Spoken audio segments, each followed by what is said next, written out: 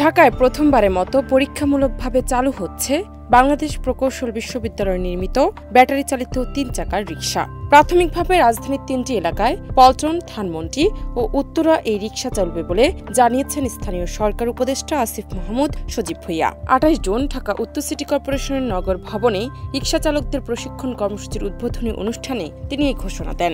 ওয়ালটন আবারও মিলিনিয়ার অফারে ওয়ালটন ফ্রিজ কিনে আপনিও হয়ে যেতে পারেন মিলিয়নিয়ার। মিলিনিয়ার ছড়াছড়ি দেশ জুড়ে, এটা শুধু ওয়ালটেনই পারে। আসিফ মাহমুদ বলেন, এখন থেকে রিকশাগুলো অনির্দিষ্টভাবে নয়, প্রতিটি এলাকায় নির্দিষ্ট সংখ্যক রিকশা অনুমোদনের আওতায় চলবে। প্রাথমিক পর্যায়ে বুয়েটের তৈরি ব্যাটারি চালিত ৩ চাকার রিকশা এই ৩ এলাকায় পরীক্ষামূলকভাবে চালু করা হবে।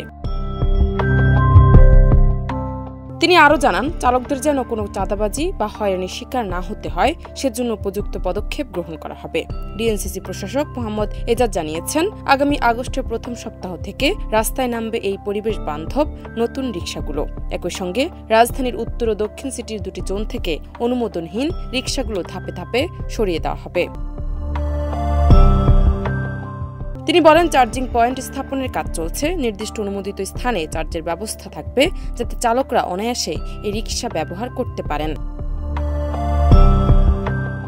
এদিকে এরই মধ্যে সারা দেশে বিদেশ থেকে আমদানি করা অপরিকল্পিতভাবে নির্মিত অটোরিকশার দাপটে জনজীবনে নেতিবাচক প্রভাব পড়েছে।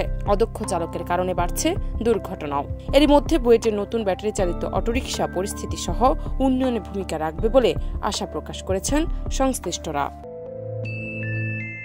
জান্নাত নিপু, দেশ রূপান্তর।